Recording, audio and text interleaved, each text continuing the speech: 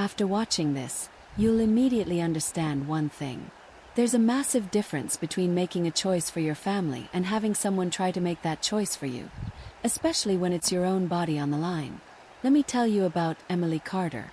She's 28, married, 2 kids under 5, works part-time, juggles daycare schedules, doctor's appointments, grocery runs, and somehow still finds time to wipe down counters Jason swears he was just about to clean. You know, the type of woman who holds the whole house together but gets none of the credit. That's Emily. For years, she carried it all with a smile. Because that's what good wives do, right? You grin and bear it. You shoulder the load because he's trying his best. But on this particular afternoon, something shifted. It was a normal conversation, casual even. Jason had come home from work, kicked off his shoes, not in the shoe rack of course, and announced over dinner, "I think we're done having kids, right?" Emily, who had been thinking the same thing for months, nodded. "Yeah, I think so." Simple. Agreement. For a moment, it felt like they were on the same page. But then came the question. So, are you going back on birth control? Or are you getting the tubes tied thing? That was the moment Emily's fork stopped halfway to her mouth. "I was actually thinking you could get a vasectomy," she said, keeping her tone light. "It's quick, less invasive, and well, I've been the one handling birth control for years." Jason laughed. Not the funny ha kind. The dismissive you must be kidding kind. "Yeah, no thanks. I'm not messing with that. Too risky." Risky. Emily had been pumping hormones into her body since she was 19. She had dealt with mood swings, weight gain, migraines and worse. But sure, his 15-minute outpatient procedure was the real danger. "I'm serious, Jason. I've been the one dealing with all of this. Maybe it's time you took a turn." He waved her off. "You're better equipped for it. Besides, what if something happens? What if we want more kids later?" Emily stared at him. "We agreed we're done." Jason shrugged. People change their minds. And there it was. The subtle control. The idea that her body was a negotiation table. That he could casually veto her autonomy with a smile and a shrug. Emily didn't yell. She didn't throw her plate. She simply said, "Fine. I'll get a salpingectomy." Jason froze. "You're not cutting yourself open for this. That's extreme. I forbid it." Forbid. That word sat heavy in the air, like a stone dropped in still water, sending ripples through every fiber of Emily's being. She got up, cleared her plate, went to the sink, and without turning around she said, "You don't get to forbid me from doing anything to my own body, Jason." The rest of the night was a cold war. No shouting, no slamming doors. But the silence was deafening. Later in bed, Emily lay awake, staring at the ceiling, replaying the conversation. The more she thought about it, the more absurd it became. She had given her body, her time, her health for their family. And now, when it came time to make a choice for herself, Jason thought he had veto power. Not today. Not anymore. The next morning, Emily called Dr. Evelyn Brooks. Dr. Brooks had been her gynecologist since her first pregnancy. Warm, no nonsense, and the kind of woman who could read through your polite "I'm fine" in seconds. When Emily explained her situation, Dr. Brooks didn't mince words. "Emily, this is your decision. You do not need his permission. If you've thought this through, we can schedule the consultation." For the first time in days, Emily felt like she could breathe. The consultation was set for the following week. Jason didn't know. Not yet.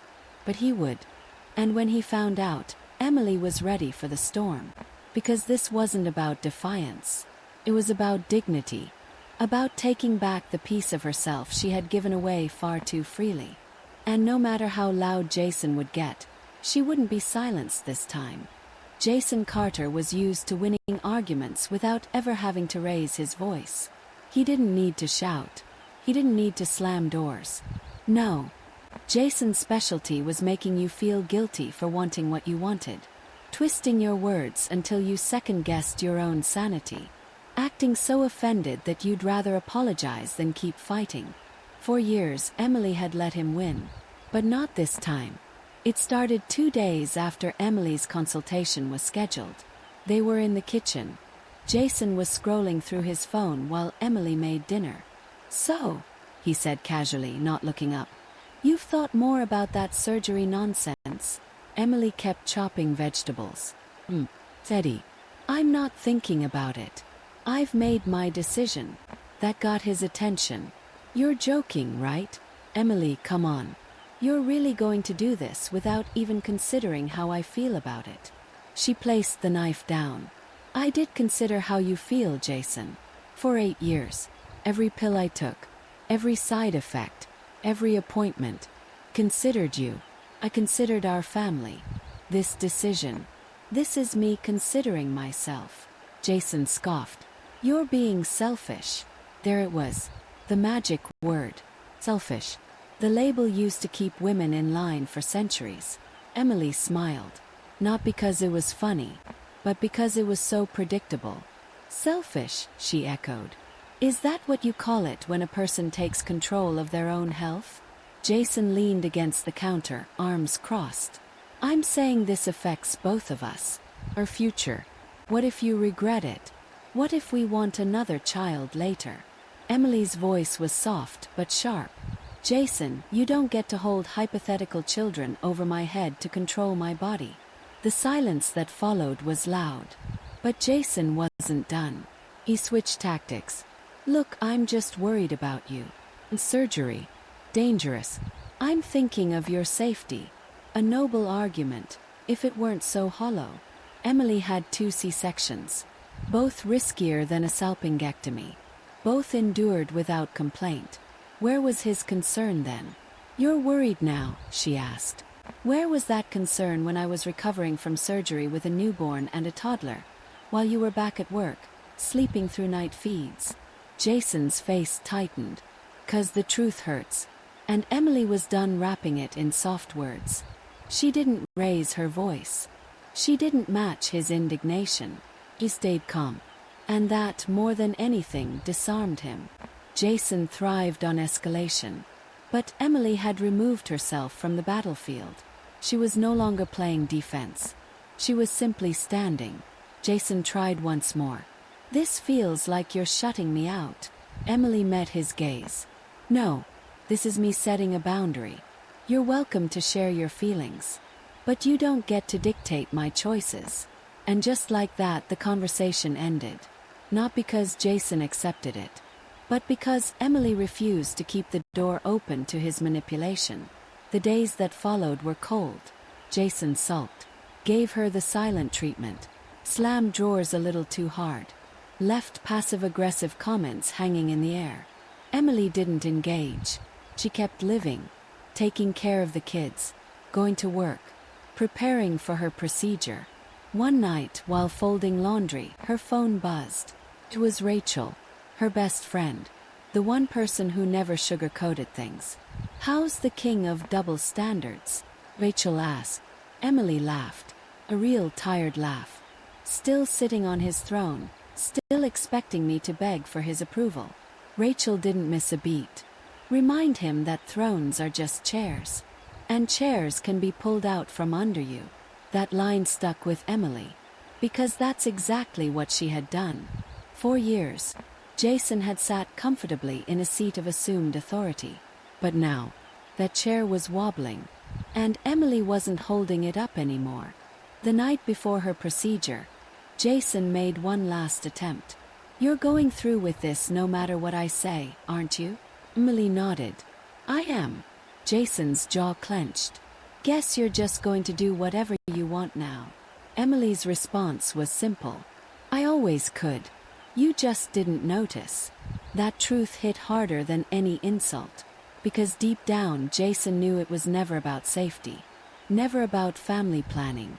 It was about control. And for the first time, he realized he didn't have it anymore.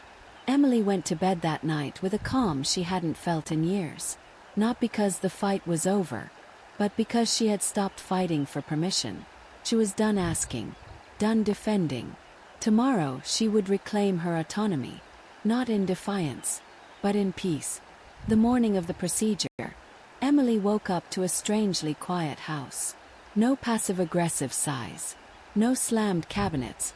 Just the soft hum of the dishwasher and the distant giggle of cartoons from the kids' room. Jason had left early for work. Of course he had. He hadn't asked how she was feeling. He hadn't offered to drive her to the clinic. But Emily didn't need him to. Not anymore. Rachel showed up at 9 a.m. sharp. She brought coffee. The good kind. Not the bitter sludge Jason used to brew in his best husband mug. "You ready?" Rachel asked, handing Emily the cup. Emily smiled. "As ready as I'll ever be." The drive to Dr. Brooks' clinic was calm. No anxious fidgeting. No second-guessing. Because Emily had spent enough years doubting herself for the sake of keeping peace that wasn't even real. Today was different. Today was hers. At the clinic, Dr. Brooks greeted her with that same steady warmth. "You sure about this?" she asked. Not as a challenge, but as a final, respectful check-in. Emily nodded. "I'm sure." The procedure itself was straightforward. Not painless, but simple. As she lay there, staring at the ceiling, Emily felt a weight lift. Not because of the surgery, but because for once, she had made a choice entirely for herself. No negotiations. No compromises. No guilt. Just choice. When it was over, Rachel was waiting. "Welcome back, sterilized queen," she joked, squeezing Emily's hand. Emily laughed. Really laughed. Not out of defiance, but relief. It wasn't about hating Jason. It wasn't even about anger anymore. It was about reclaiming her own body, her own peace, after years of being expected to carry everyone else's. When she got home, the house was quiet again. Jason wasn't there. But on the kitchen counter there was a note. Not a text. Not an essay. Just a few scribbled words. "I don't know how to fix this, but I know I was wrong. I'm sorry." Emily read it twice, then folded it neatly. She didn't cry. She didn't feel vindicated. She felt free. Later that evening, Jason came home. He was quieter than usual. No arrogance. No posturing. He sat down across from her. "I was scared," he said. "Scared of not having control. Scared of losing the say in our life. I made it about me when it wasn't." Emily listened. Because now she had the space to choose when to listen. Not just out of obligation. "I get it," she said. "But your fear doesn't get to decide what happens to me." Jason nodded. "I know that now." And the thing is, she believed him. Not because he had changed overnight, but because she had. She had learned that waiting for someone else to validate your choices is a prison of your own making. And the key had been in her hand the whole time. From that day on, things were different. Not perfect, but honest. Jason stopped assuming decisions were his to make. He started asking, started listening, started doing the work he should have done years ago. And Emily, she never asked for permission again. Because she didn't need to. 'Cause she never did. Final moral message. Taking back control of your body is not an act of rebellion. It's an act of self-respect. True partnership begins when both people recognize autonomy, not control. When you stop asking for permission to exist, you teach others how to respect you. Not